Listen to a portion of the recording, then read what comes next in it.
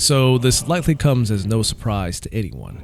You can go back to my 2018 Game of the Year list and see that 2018's God of War was proudly listed there.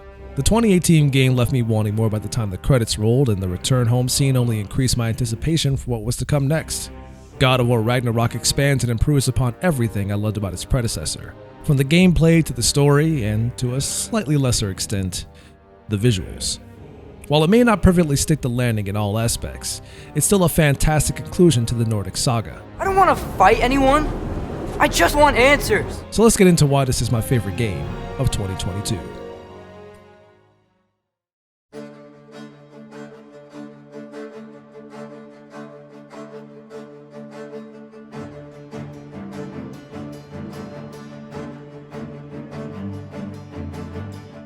Ragnarok's story continues roughly 3 years after the events of the 2018 game. Fimbulwinter has begun, and Atreus is now a teen and is trying to discover just who he is and why the giants called him Loki.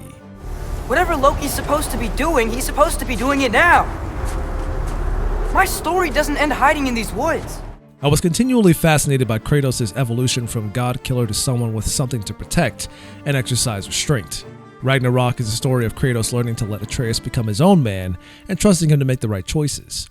It's also about redemption for the characters I've come to like from the previous game. If you would just wipe your feet very thoroughly, I'll wait. You're not gonna wipe your feet, are you? And to my surprise, I even found myself liking Odin and Thor, and the irony behind gods exhibiting mortal-like imperfections. Of course, this is accentuated by the actors' fantastic performances. You seem like a calm and reasonable person. Are you? A calm and reasonable person. I found myself once again appreciating how the story weaves Kratos' violent past into the fear the Nordic gods have of him, because it doesn't hide or betray the previous trilogy, but instead turns it into a storytelling device. This is the god that murdered a pantheon because they hurt his feelings.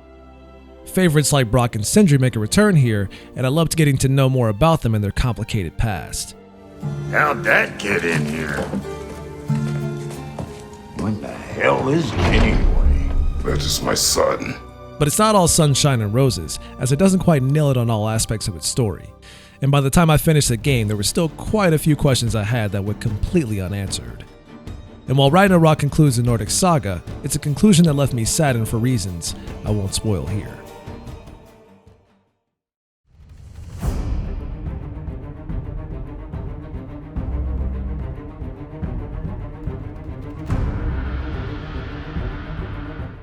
The gameplay in the 2018 game was innovative in its use of the over-the-shoulder perspective, which is commonly found in third-person shooters for melee combat. This design inspired many upcoming developers to recreate it in their own projects to understand its design. Ragnarok builds upon the foundation of the 2018 game and greatly expands upon it. The signature Blades of Chaos from the original trilogy and the 2018 game are available from the start, along with the Leviathan Axe, and they have deeper skill trees than before. The addition of Atreus as a playable character in limited story segments was an interesting mix-up, although some of these segments can become tedious due to a lack of combat variety. The mechanics are mostly similar to the first game, with plenty of loot to obtain and upgrades to accompany them. Is everything okay? Hi, old friend. Just looting one of your chests. We'll be right along. My dad likes loot. You can now upgrade Spartan Rage, and throughout the game you'll unlock a few new abilities to take over the Rage meter, including one dedicated to healing. The new relic system was also crucial for me in some of the game's more difficult optional quests, such as the new Valkyrie equivalent. There's more enemy variety this time, and I appreciated the way they forced me to switch things up in combat. However, the combat system isn't perfect, and its flaws are more pronounced in the latter half of the game, where it throws more enemies at you at once. And I also had to knock it for a lack of a New Game Plus mode. I mean, how is it that in the year of our Lord 2022 and even 2023, we're still releasing action RPGs without a New Game Plus? Even more so when you consider the first game has one.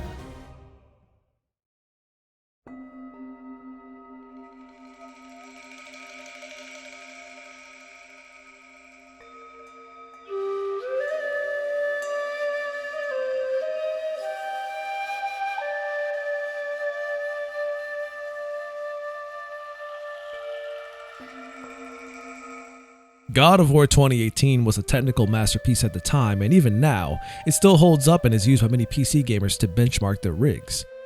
Ragnarok is largely the same from a technical perspective, with some major improvements to lighting, materials, and fine detail, but these are things you'd only notice at close scrutiny. For the most part, it looks very similar to its predecessor, and I believe its attachment to last-gen hardware may be a large contributor to this.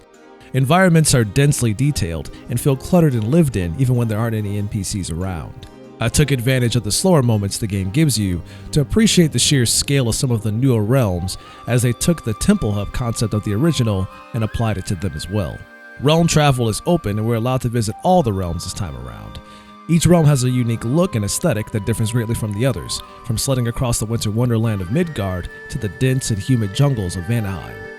Although I was a bit disappointed with Asgard given its supposed revered status as home of the Aesir god. Then there's the soundtrack, which brings back quite a few themes from the original, with a host of new tracks that underpin some of the most intense and emotional moments throughout the game. All of this comes together into a rather impressive package. God of War Ragnarok is an outstanding experience from start to finish, and a fitting conclusion to the Nordic saga that began with the 2018 game. The story is filled with a host of great characters, both new and old. The gameplay builds upon a unique combat system and expands it in meaningful ways, and the visuals prove that its predecessor was a graphical powerhouse. Through the sum of its parts, the game is elevated to greatness. Although it has its flaws, the fact that it's my game of the year doesn't necessarily mean it's perfect by any stretch of the concept. Nevertheless, I had a blast playing it the first time and found myself enjoying it just as much the second time through to get footage for this video. And will likely do so a third time when they finally put in a New Game Plus. This is something I don't experience often with games these days, and it has certainly earned its place as my favorite game of 2022.